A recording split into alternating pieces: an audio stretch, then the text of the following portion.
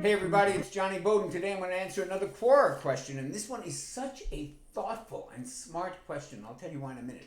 The question is, what are some nutrition concepts that haven't necessarily been proven by science, but that you deem true based on your gut feeling and your own reasoning?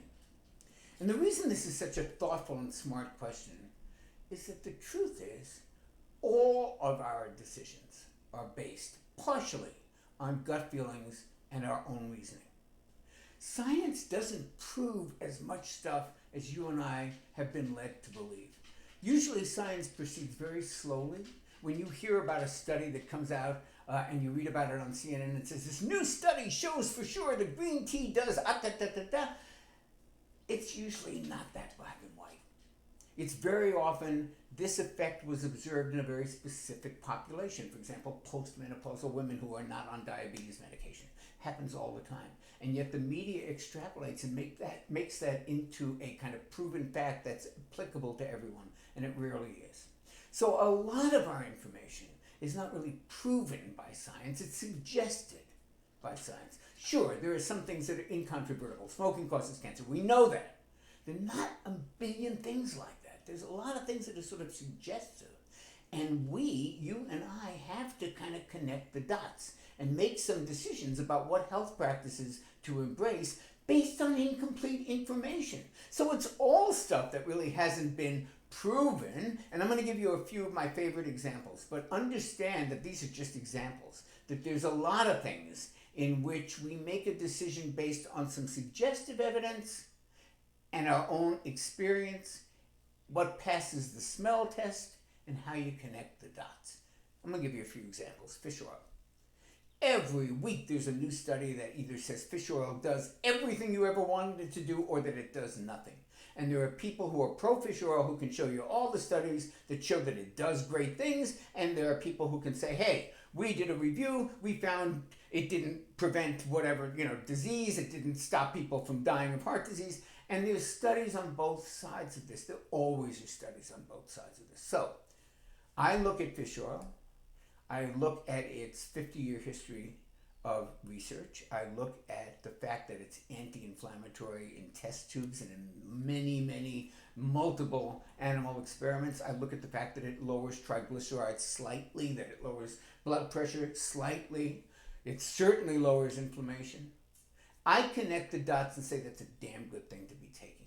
Can I prove that fish oil by itself prevents heart disease? No, I can't. But it's a good guess that it's a really smart part of a program to keep your heart healthy. So that's one thing that hasn't been completely proven by science, even though there are hundreds of studies suggesting that it does exactly what I just said. But in the absence of complete proof, I have made the decision. I take fish oil every day, and I have for 25 years, and will probably continue to for the rest of my life. So that's one thing. COVID, which is a very contentious issue right now around the world in terms of what we can do to make ourselves more resilient. And we have very, very incomplete information. However, I look at the studies on vitamin D.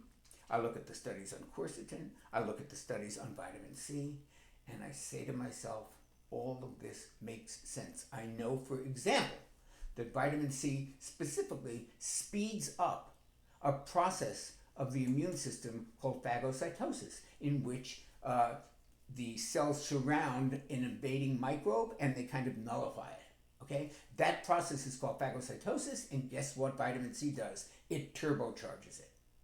Does that mean it prevents COVID? No, it doesn't. But it does mean that it certainly has an effect, vitamin C does, on your immune system functioning. Makes sense to me. Vitamin D, there are receptors for vitamin D all throughout the immune system. So it modulates the activity of the immune cells. We know that. Do we know it prevents COVID? No, but we do know that there is study after study coming in that shows that the people who die of COVID are almost universally deficient in vitamin D. That's a fact. I connect the dots. To me, very important. vitamin D, vitamin C, and even quercetin, which you can look up, another molecule that's being studied all over the place for its effect on respiratory viruses. Is it proven? No, but I've been taking quercetin for 20 years and I'm going to continue to take it. It's highly anti-inflammatory, and the evidence suggests that it may be a very important part of a COVID prevention or treatment program. So for all those reasons, unproven, but I'm on the side of that makes sense to me. And let me point out something else. A good way maybe to use a kind of a standard for this is it safe? Can it harm me? And could it might help me? So when it can't hurt, might help, that's a big thing in favor of using whatever it is that we're talking about. A couple of other things. How many glasses of water you drink a day? You may be very surprised to know that there is zero science saying that you should drink 8 glasses of water a day. Everybody does it, everybody says it, but there's zero science about it. I happen to think it's a very, very smart idea. We cannot prove how many glasses of water you need. We know what the human body needs in terms of fluid, but you can get that from food. I believe, I've seen it in weight loss clients, I've seen it in my own life, that when you are very well hydrated, you feel better, you're more healthy, your metabolism works better, and you lose more weight. So, without perfect science, I'm going to go with, drink a lot of water.